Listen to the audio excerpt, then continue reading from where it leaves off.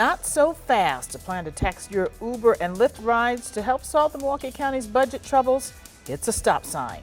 We first told you last month about a new proposal that would tax Uber and Lyft riders in Milwaukee County. But one county supervisor says he's against that plan. Ben Jordan on why that supervisor says he speaks for the Uber and Lyft drivers.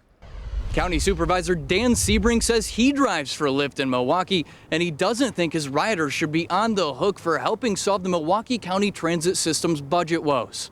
I can tell you for a fact that I believe that I speak for a majority of Uber and Lyft drivers, that they don't want this tax. Custom Lyft license plate and all, Milwaukee County Supervisor Dan Sebring uses the ride-sharing app to make some extra cash on weekends.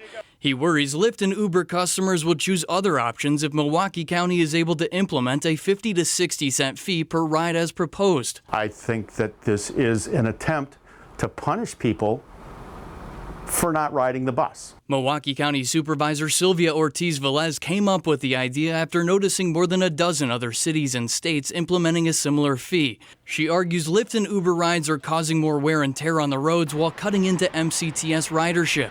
Not only are they not paying their fair share, but we're actually having to pay more out of our own operating pocket to cover their costs. Ortiz-Velez believes Milwaukee County could net an additional $20 million a year if this legislative draft in the works by Democrats in the state legislature becomes law. Other industries have fees. Other industries that use the roads commercially, for example, truck drivers, taxi cab drivers, I can go on and on. Under the current proposal, 55% of the revenue would go toward the Milwaukee County transit system to restore routes. The other 45% would be dispersed to cities and municipalities across the county for road repairs and public safety. Sebring urges Ortiz-Velez to look elsewhere. That is the very definition of fascism.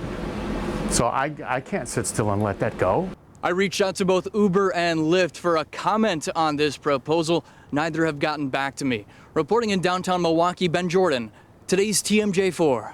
Thank you, Ben. Ortiz-Velez plans to propose this new tax next month. As Ben said, it would require approval from the state legislature.